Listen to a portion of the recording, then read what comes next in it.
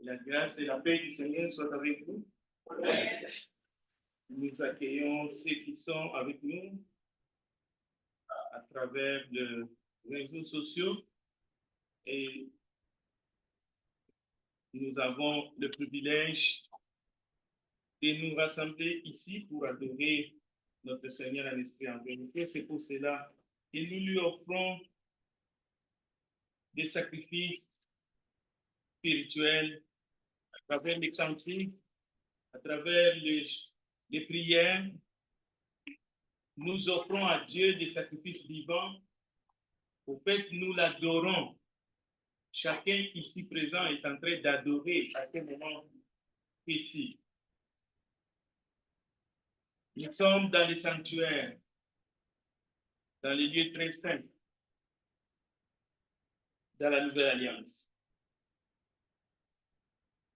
Ce matin, nous allons prendre encore la parole de Dieu. J'ai deux textes en plus de ce que notre frère Kerry a lu pour compléter et nous allons entrer dans le sujet de ce matin.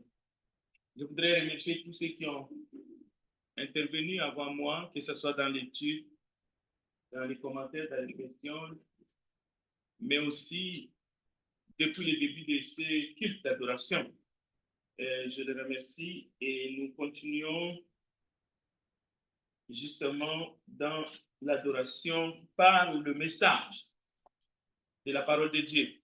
Alors, cherchez Matthieu chapitre 10. Je vais compléter la lecture. Matthieu chapitre 10. Nous allons lire quelques versets. Le thème est déjà affiché, donc vous avez vu. Je ne sais pas pourquoi ça ne s'affiche pas tout, mais c'est l'équipe d'action de Jésus-Christ, l'équipe d'action de Jésus-Christ sur la terre. Et avec des sous-thèmes, travailler ensemble dans l'équipe de Jésus, du roi, ceux et celles qui accompagnent Jésus.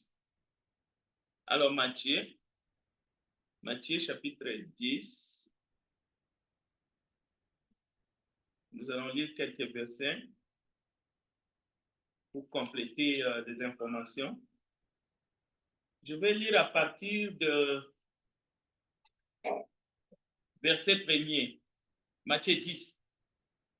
Puis, ayant appelé les 12 disciples, il leur donna le pouvoir de chasser les esprits impurs et de guérir toute maladie et toute infirmité. Voici les noms des 12 apôtres. Le premier, Simon appelé Pierre, et André, son frère, Jacques, fils de Zébédée, et Jean, son frère. Philippe et Barthélemy, Thomas et Matthieu, les publicains, Jacques, fils d'Alphée, et Thaddée, Simon la Cananite, le Cananite, et Judas l'Iscariote, celui qui livra Jésus. Tels sont les 12 que Jésus envoya après leur avoir donné les instructions suivantes. N'allez pas vers le païen et n'entrez pas dans les villes des Samaritains. Allez plutôt vers les brebis perdues de la maison d'Israël. Allez prêcher et dites, le royaume des cieux est proche, guérissez les malades, ressuscitez les morts, purifiez les lépreux, chassez les démons, vous avez reçu gratuitement, donné gratuitement.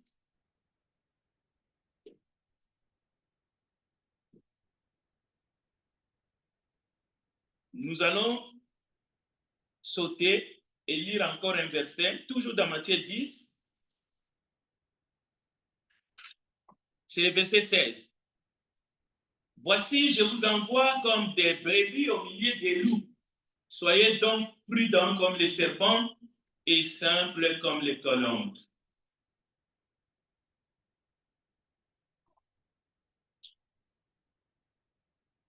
Dans l'évangile de Luc chapitre 8, voici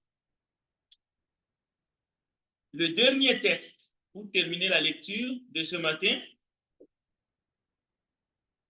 Ensuite, Jésus allait de ville en ville et de village en village, prêchant et annonçant la bonne nouvelle du royaume de Dieu.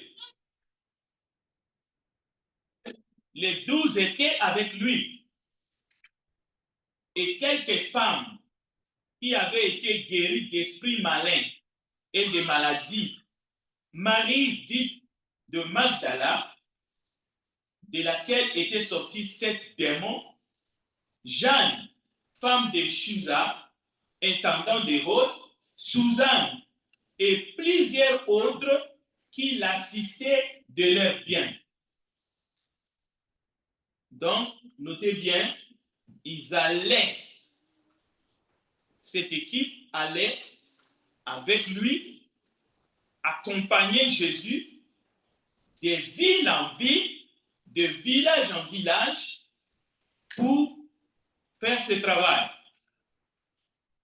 Je voudrais d'abord, au fait, en préparant ce message, je me suis rappelé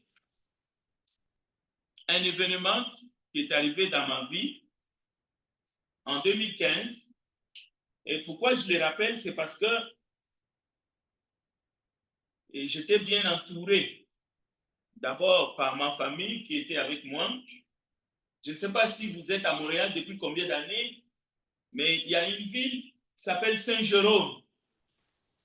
Donc, ce n'est pas à côté de Montréal, c'est un peu éloigné. Et il s'est arrivé que j'étais hospitalisé à l'hôpital de Saint-Jérôme. Et j'ai subi une chirurgie qui était quand même assez sévère.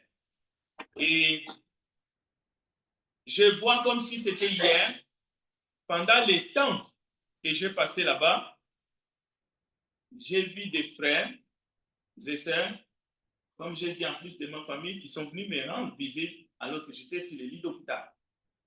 Et ça m'est revenu pendant que je préparais ces messages. Et je peux vous dire que ce n'est pas quelque chose qui va sortir dans ta mémoire, ces moments-là. Parce que ce sont des moments qui restent gravés. Mais ce qui est important, et nous l'avons entendu depuis ce matin, il y a des services que nous pouvons rendre lorsque nous sommes réunis ou lorsque nous sommes dans notre lieu de rassemblement. Mais encore une fois, même ce matin, pour que nous ayons cet auditoire, il y a des services qui ont été rendus. Peut-être un encouragement, peut-être que tu as rappelé un frère, un ami, une connaissance, et voilà, nous sommes ici. Donc, le message va être centré sur ce que nous pouvons rendre comme service en dehors du moment de culte. Oui, il y a des serviteurs qui passent ici, qui défilent.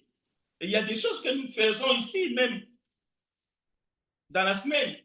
J'ai vu un couple qui ont travaillé fort pour que nous puissions être dans l'hygiène et la propreté. La famille Gérald Elien et Nadine, vous voyez, c'est un service noble, récompensé par notre Seigneur. Et nous apprécions ces services-là. Et nous sommes utiles dans ce sens-là.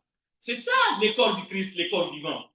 Mais, encore une fois, même ceux qui ont été choisis, les 8, oui, ils ont réglé un problème. C'était pour régler un problème. Mais nous les voyons en action en dehors du moment de rassemblement ou en dehors du lieu du culte. Philippe en Samarie, Étienne, ce n'était pas dans un culte d'adoration qu'il a confronté ses frères juifs. Et finalement, il a été lapidé. Ce n'était pas dans un temple, même pas dans une synagogue. Et on peut continuer. Parmi eux, il y en a qui ont été zélés et qui ont agi comme tels. Alors, je vais vous demander de m'accompagner dans une courte prière, en tout cas une brève. Prions ensemble. Nous te bénissons, grand Dieu des cieux. Nous avons tous besoin de ton Esprit Saint en ce moment pour que nous puissions comprendre ta parole et que nous puissions la mettre en pratique. Bénis cet auditoire, bénis ceux qui nous suivent de très très loin. Garde-le et que l'ennemi ne nous déconnecte pas, que nous ne puissions pas perdre ce que tu as préparé pour nous, car c'est la vie éternelle que tu nous donnes, les paroles de vie. Nous te le demandons, Père, au nom de Jésus. Amen. Alors, qui accompagne Jésus? Qui font partie du groupe choc, groupe d'action sur terrain? Les textes nous donnent. Il y a des noms. Nous avons commencé par les noms des 12. Et ensuite, il y a un autre groupe. Mais nous verrons l'autre groupe qui est le groupe des femmes. Qui sont-elles? Et quel est leur rôle? Parce que la Bible est claire, ils suivaient Jésus. Nous allons voir justement que ceux qui accompagnent Jésus sur son chemin, de ville en ville, de village en village, les hommes ont été choisis. Il y a un groupe de femmes qui ont été guéries. On peut les appeler des disciples reconnaissantes. Ils ont été délivrés. Ils ont été tourmentés une partie de leur vie par des démons, mais ils ont reçu la délivrance. Donc, il n'y a pas que d'hommes choisis. Il y a des femmes qui ont été guéries, délivrées, et qui sont en train d'accompagner le Maître, le Seigneur.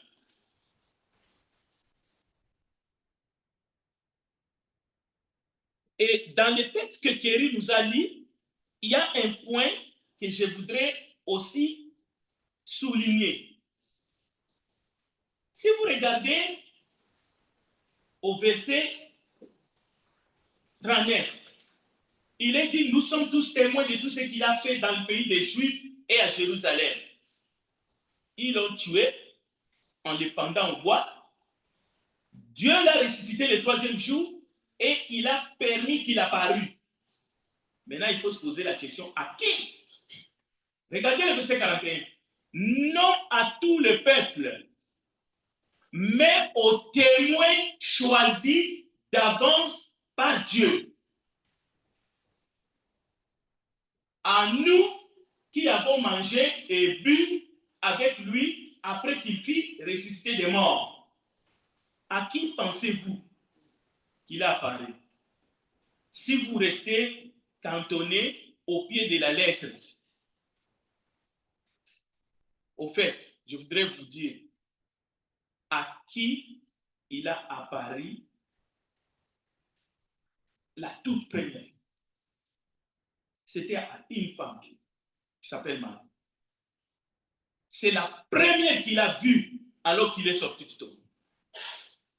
Et même, il va confier une mission à cette femme en disant, allez dire à mes frères qu'on se retrouve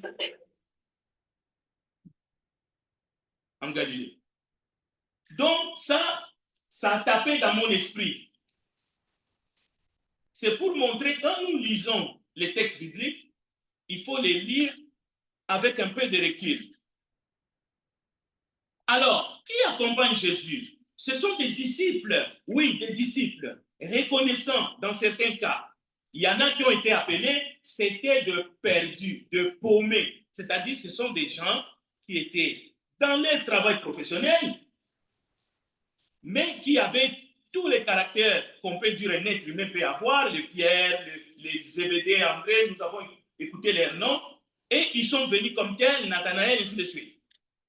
Mais Jésus va les préparer pour qu'ils entrent en mission. Mais pour les cas de ce deuxième groupe qui est des femmes, ce sont des personnes qui étaient tourmentées, qui étaient malades et qui ont été guéries. Mais nous allons voir la reconnaissance. C'est ça qui est important et leur implication dans l'œuvre du Seigneur Justement, c'est ça qui va nous intéresser. Alors, nous avons été tous bénis par les textes de la méditation.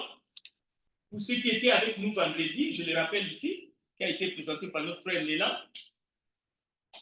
j'ai retenu, souvenez-vous des prisonniers, comme si vous étiez aussi prisonniers de ceux qui sont maltraités comme étant aussi vous-même dans un corps.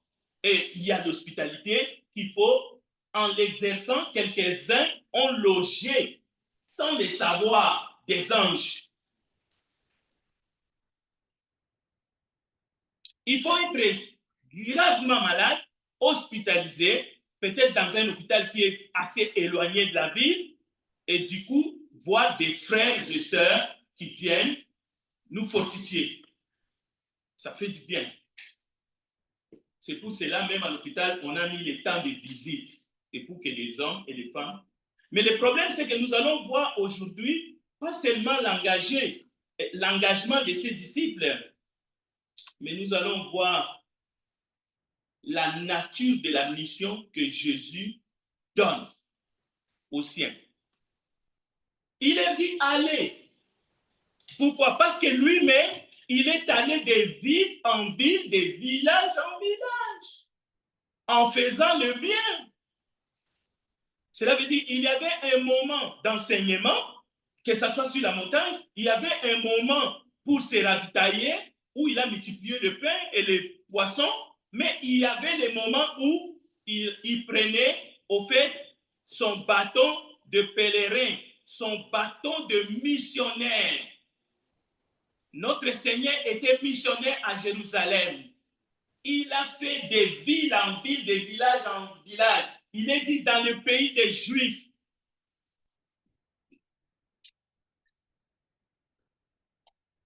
En d'autres termes, nous avons des exhortations comme « Réjouissez-vous avec ceux qui se réjouissent, pleurez avec ceux qui pleurent. » Jésus dira « J'étais nu et vous m'avez vêtu. » Ce sont des verbes d'action. J'étais malade et vous m'avez visité. J'étais en prison et vous êtes venus vers moi. En effet, vous avez eu de la compassion pour les prisonniers, vous avez accepté avec joie l'enlèvement de vos biens, sachant que vous avez des biens meilleurs qui durent. C'est-à-dire, ce travail, ce service que le membre du corps du Christ, nous sommes censés de faire en dehors du moment de rassemblement comme ce matin, a des grandes récompenses dans les cieux. Maintenant, la question est de savoir si nous les faisons. Si nous sommes engagés comme ces femmes mettaient les ressources à disposition, pas seulement du Seigneur Jésus, et de tous les disciples. Cela veut dire leurs vêtements. S'il y avait peut-être, mais aussi leur nourriture, tout ce que vous... Écoutez, la Bible dit, ils les servaient avec leurs biens. Mais quand vous allez chercher vraiment à la racine des mots, c'est qu'il y avait des ressources pour que le travail soit bien fait. Mais elle ne se limitait pas là. Nous voyons le travail de la mission qui est confié à Marie, sûrement qu'ils apprenaient aussi les enseignements et qu'ils transmettaient aux perdus. Écoutez, nous n'allons pas nous limiter à la bourse. On sait que Jésus avait une bourse qui était tenue par Judas. Mais c'était pas le salaire de Jésus. C'était pour le bien-être de l'équipe d'action qui était là. Ça, c'est évident. Parce que Jésus ne faisait pas de miracles pour subvenir à leurs besoins. À part pour payer les impôts, une fois, il a dit à Pierre, va jeter la maison, tu vas attraper un poisson et ouvre ce poisson. Et ils ont trouvé, je crois, 1 ou 2 stateurs, c'était pour payer l'impôt. Mais leur nutrition, ce sont l'équipe des femmes qui les suivaient, mais aussi il y avait d'autres hommes qui étaient des familles riches, probablement. Ils ont contribué d'une manière ou d'une autre. Mais restons sur les Écritures. Luc chapitre 8, verset 1 à 3. On reste sur les Écritures, je ne peux pas enseigner des oui-dire. Donc, oui, il y avait les soutiens spirituels, mais il y avait les soutiens matériels nécessaires pour la vie corporelle. Donc, Jésus n'avait pas honte. Bien qu'étant Messie, il a accepté d'être servi par des hommes et par des femmes qui étaient là pour l'assister, mais qui avaient bénéficié. Ils ont bénéficié par exemple de la liberté, ils ont été libérés des démons, ils ont été guéris de leur maladie, comme nous sommes ici. Sûrement, le Seigneur a fait quelque chose dans votre vie. Le Seigneur a fait quelque chose. Donc, vous êtes reconnaissant, mais vous êtes venu pour lui accorder, pour lui donner des actions de grâce. Mais il nous donne une mission. Il nous donne un service. Donc, ce qui arrive souvent, c'est de dire, Seigneur, me voici. Seigneur, je suis prêt. Mais est-ce que chacun est en train de jouer son rôle? Pas seulement son rôle pendant que nous sommes ici, réunis ici, loin de là. Mais est-ce que nous sommes en train de prendre notre place dans le service que le Seigneur, il nous a choisis, il nous a appelés et il nous a donné des ordres et qui sont aujourd'hui délaissés? Oui, il nous a guéris spirituellement, il nous a débarrassés de nos péchés. Mais question, est-ce que nous avons tout mis pour la gloire de son nom? Est-ce que nous fonctionnons normalement comme ses disciples, hommes ou femmes? Il est toujours temps, dans ce qui concerne les affaires de Dieu, de revenir. C'est toujours le bon moment pour revenir. Ça peut arriver. Parce que la parole dit, ne nous lassons pas de faire le bien. Galates chapitre 6, verset 9. Vous avez vu, les hommes ont été choisis, les femmes ont été délivrées et ils ont été choisis. Pourquoi nous disons qu'ils ont été choisis? Écoutez, tu ne pouvais pas décider du jour au lendemain, lorsque Jésus est dans son ministère ici-bas, même parce que tu as été guéri, je vais te suivre. Non. Lorsque tu étais guéri, il te disait, retourne dans ta famille, va leur dire ce que Dieu a fait pour toi. Quelqu'un était guéri, il voulait suivre Jésus, Jésus lui disait, retourne, va te faire voir au souverain, au Sanhédrin, va donner le sacrifice au temple. Mais par contre, ce n'est pas le cas aujourd'hui. Aujourd'hui, si quelqu'un est né de nouveau, oui, la Bible dit, nous devons suivre Jésus. Mais ces femmes, dans Luc 8, si elles ont été à côté de Jésus et accompagné Jésus, c'est parce qu'elles ont été choisies, parce que le Seigneur a accepté qu'elles puissent jouer ce rôle. Parce qu'il pouvait leur dire, je vais vous donner un texte, il pouvait leur dire, écoutez, je vous ai fait du bien, retournez dans vos familles. Non, elles étaient là de manière permanente. Elles suivaient. On peut citer d'autres femmes où Jésus allait souvent, Marc et Marie, on sait, pour se ravitailler, et Marie profitait de ce moment-là pour prendre des enseignements, et ainsi de suite, et Jésus va ressusciter les frères. Donc, Jacques nous conseille de ne pas être des auditeurs oubliés. Il y a des enseignements qui sont donnés dans l'Église et dans la Bible que des chrétiens, des disciples de tous bords dans le monde ont décidé de mettre ça à côté. Pourquoi? Et nous allons voir quels sont ces services. En premier lieu, les témoignages. Les témoignages. Les témoignages, ici, ce n'est pas forcément l'évangélisation dans le sens que les apôtres les faisaient et avec des miracles et des guérisons.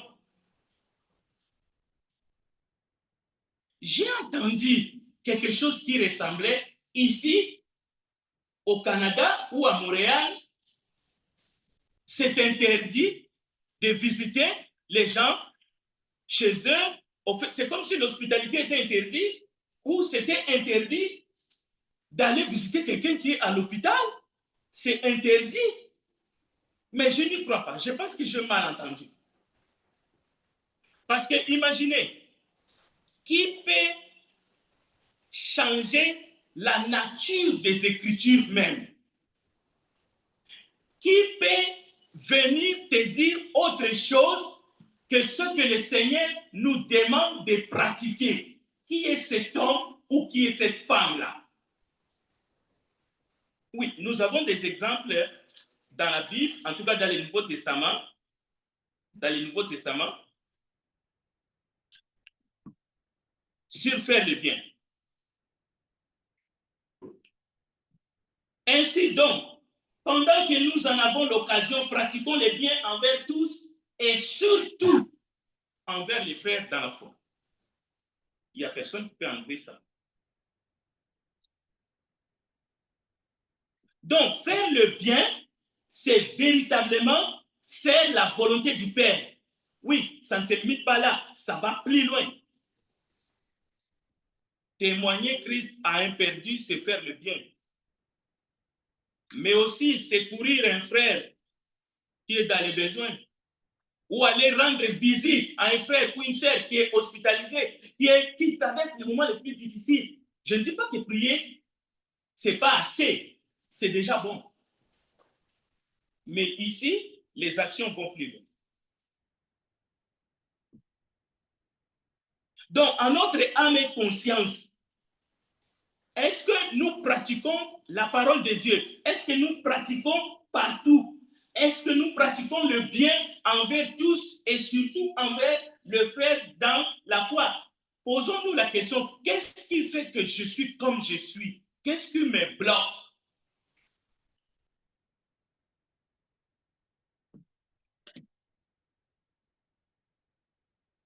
La Bible dit, ne nous relâchons pas. Cela veut dire nous devons rester zélés dans tous les domaines. Et pas seulement dans les domaines qui consistent lorsque nous sommes réunis ici. C'est bien que tu fasses une étude ou que tu fasses un sermon. Mais là où le Seigneur nous attend, je viens de vous montrer depuis l'établissement de l'Église dans les Actes des Apôtres, chapitre 1, verset 2. Il y a des choses ponctuelles qu'il faut régler dans l'Église. Mais où était Étienne? Où était Philippe? Ceux-là qui ont été choisis, les 8. Mais nous avons des exemples ici. Les seigneurs en personne. Les seigneurs en personne. La Bible dit, ils allaient de ville en ville, de village en village. Il ne s'agit pas de voyager, forcément, parce que lui, il n'a pas quitté Jérusalem. C'est après qu'il va dire aux disciples, allez en Judée, allez plus loin. Mais la femme samaritaine que Jésus raconte au puits de Jacob, qu'est-ce qu'elle fait? Oui, dans les Actes des Apôtres, on nous parle de femmes comme Jézabel. Mais lisez le Nouveau Testament. J'ai essayé de trouver au moins le nom d'une femme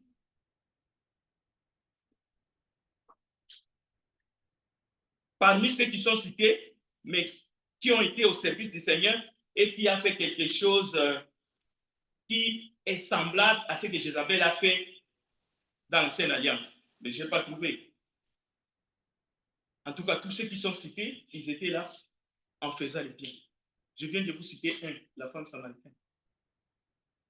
Soit ils ont oint le Seigneur avec du parfum, soit ils ont oint son corps, soit ils ont fait ceci. Et aujourd'hui, nous venons de voir qu'ils ont manifesté de la bienveillance, de la reconnaissance. Ils ont soutenu le ministère avec leur bien, mais avec leur foi, et ils accompagnaient le Seigneur. Et les hommes, n'en parlons pas. Je viens de vous citer les noms des 12 qui ont quitté. Mais écoutez, ce n'est pas le fait de quitter son travail. Non. Mais il y a des petites choses que nous pouvons faire à l'interne, à l'externe, mais dans la vie quotidienne et que nous faisons déjà. Mais le Seigneur braque un projecteur ce matin là-dessus. Parce qu'il dit, j'étais malade. J'étais nu. J'étais à l'hôpital. J'ai parlé une fois avec un frère. Il m'a dit, ça fait quelques années en arrière, l'église du Christ de Charlat, c'est un hôpital. Vous avez tellement de gens qui sont malades dans votre église. C'était un frère d'une autre assemblée. Je lui ai dit, et c'est ce que je vous dis aussi, le Seigneur nous a offert une grande source de bénédiction en gardant le nôtre. Quand je dis le nôtre, c'est-à-dire le membre de cette longtemps, 10 ans malade dans un CHSLD. Avez-vous rendu visite pendant ce temps-là à une de ses sœurs ou à un de ses frères? Mais peut-être que vous pensez que ce n'est pas votre rôle. Il y en a qui l'ont fait une fois, peut-être dans 15 ans, une fois. C'est pour cela que j'ai dit non. Je vais rappeler quelques noms, mais ce n'est pas fini. Aujourd'hui encore, c'est-à-dire cette source de bénédiction est toujours là. C'est-à-dire nous avons encore les nôtres, nos frères, nos sœurs, qui sont soit hospitalisés, soit même malades à la maison. Il n'y a pas une interdiction dans ce sens-là pour faire ce que le Seigneur dit. C'est le Seigneur qui le dit, ce n'est pas moi. Nous avions eu Sœur Léon jeudi pendant des années. Elle était juste ici à Laval. Nous avons eu, oui, la sœur Irène, juste ici, à Henri Bourassa, ici à côté là. Chaque fois que je passe là, je vois encore. Elle était là. Nous avons eu le frère Antoine Mira. Elle était ici, elle était là. C'est-à-dire, si vous démarrez votre voiture, vous arrivez dans 5-7 minutes. Jean-Claude, mêmement. Alors, regardez, il y a des enseignements de Jésus quand il dit, moi je vous dis, faites ceci, faites cela. Mais notre vie, notre condition dans laquelle nous vivons, nous aveugle tellement que nous nous bouchons les oreilles et nous fermons les yeux. Oui, peut-être que nous faisons quelque chose. Nous croyons qu'en faisant une prière en assemblée, nous enlève totalement cette responsabilité. Peut-être aux yeux des hommes, mais pas aux yeux de celui qui nous a donné, nous a confié cette mission. C'est pour cela nous pouvons nous rattraper. Le frère Joseph Arnaud, il est vivant. Le frère Edouard est vivant. La sœur Alina est vivante. Mais elle est à l'hôpital. Santa Cabrini. Vous pensez que si vous la visitez, c'est une grande source de bénédiction pour vous et votre famille. Maintenant, vous attendez que le Seigneur descende pour qu'il vienne vous sensibiliser? Non. Je ne dis pas que nous ne le faisons pas du tout. Mais pour valoriser le service que nous faisons lorsque nous sommes réunis, il faut rappeler qu'il y a les services que chacun, comme membre, disciple du corps du Christ, doit faire à l'extérieur. Et ça fait partie des recommandations du Seigneur. C'est ça qui fera que nous sommes des chrétiens pratiquants. Ou alors nous sommes des chrétiens pratiquant seulement le culte du premier jour de la semaine. Et vous savez, même les mondes, vous allez le dimanche matin, mais après, et après. Alors, que le Seigneur nous encourage pour que nous puissions comprendre que non seulement nous sommes là pour que nous puissions nous encourager les uns les autres dans l'édification, mais nous devrons nous soutenir aussi dans les moments difficiles, comme je viens de vous donner mon exemple personnel, alors que j'étais interné à l'hôpital de Saint-Jérôme et qu'en plus de ma famille, j'ai vu des frères qui sont venus me voir. Donc, ce n'est pas interdit. Que Dieu bénisse sa parole.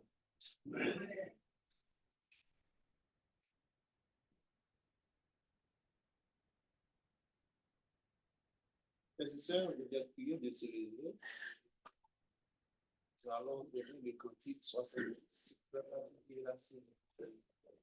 C'est super. Faire fatiguer la suite du péché, assez souffert, assez cherché. J'ai pris donné avec